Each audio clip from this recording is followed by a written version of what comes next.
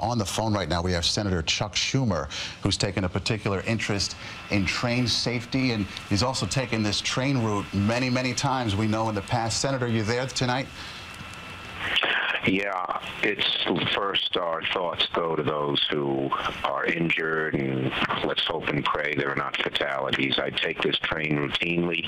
It's always pretty routine train for ride, but you're never too far away from danger, and that's why things have to be, safety has to come first. I spoke with Tony Kosher, the head of Amtrak, about 20 minutes ago. 3 cars have derailed, a minimum of 3 cars. It's an 8-car train, and it was going around a curve, which sometimes indicates a speed-related problem. It's too soon to know, but that's very possible. There was no CSX train. There was a report earlier that there was a CSX train that it may have crashed into. CSX reports none. But one of the cars was a club car.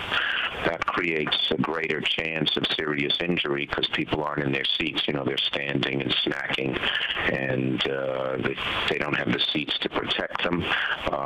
And so it's a serious injury. It's a serious accident. In accidents like this, there are often serious injuries, and fatalities could be a very real possibility in this kind of accident. We don't know if there are any. Let's hope and pray they are not, but it's a real possibility. Senator, we were just hearing from passengers that were on that train, and one of them described a shaking feeling inside that car before the derailment. And just looking and judging by these pictures that we're seeing here from the scene, although it is dark, we are seeing glimpses of just twisted metal. It looks as though whatever happened here, the impact was pretty significant. Right, and this was a curve.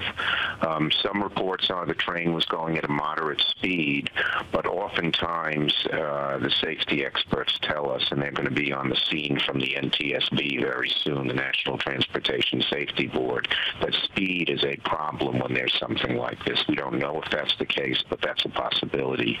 We do know that at least 3 of the cars derailed are in bad shape, so the twisted metal you've seen is not is what occurs when this kind of derailment occurs.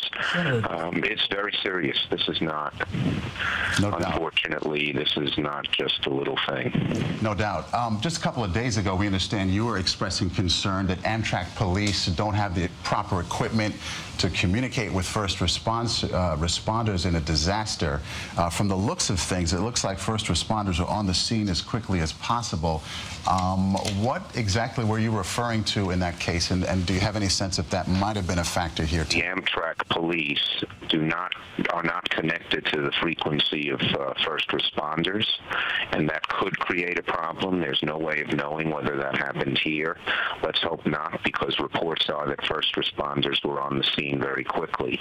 But just like what happened at 9/11 when fire radios couldn't communicate with police radios, the Amtrak radios cannot communicate with local first responders, and that's something that ought to be corrected, whether it's a cause in this, whether it caused a problem in this terrible tragedy or not. Okay, Senator Chuck Schumer, thank you so much for the insight tonight. We appreciate it. Again, 50 people injured, terrible crash involving Amtrak, a train derailing in northeast Philadelphia tonight. Our coverage continues right here on CBS 2 in just a moment.